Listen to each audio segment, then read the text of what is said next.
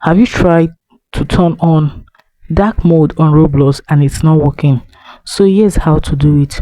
Hi, welcome to Glide Tech YouTube channel. In today's video, I'll be sharing with you on how to turn on dark mode on Roblox. So the first thing you have to do is to update your Roblox app by going to your Play Store app or Apple Store, depending on your device, to update your Roblox app. Having done that, the next thing you have to do is to log into your app. So right here is the home page of my Roblox app.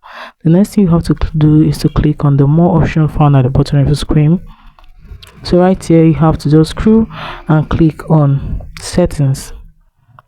Click on device preference, which is the last option here. You're going to see an option that says device level theme. Click on the light option D. To go close to the light option, you're going to see dark light. Click on dark. So right here you can see that I was able to turn on my dark mode on Roblox. So guys, if this video was helpful, please do to like, comment, share and subscribe. Thanks for watching.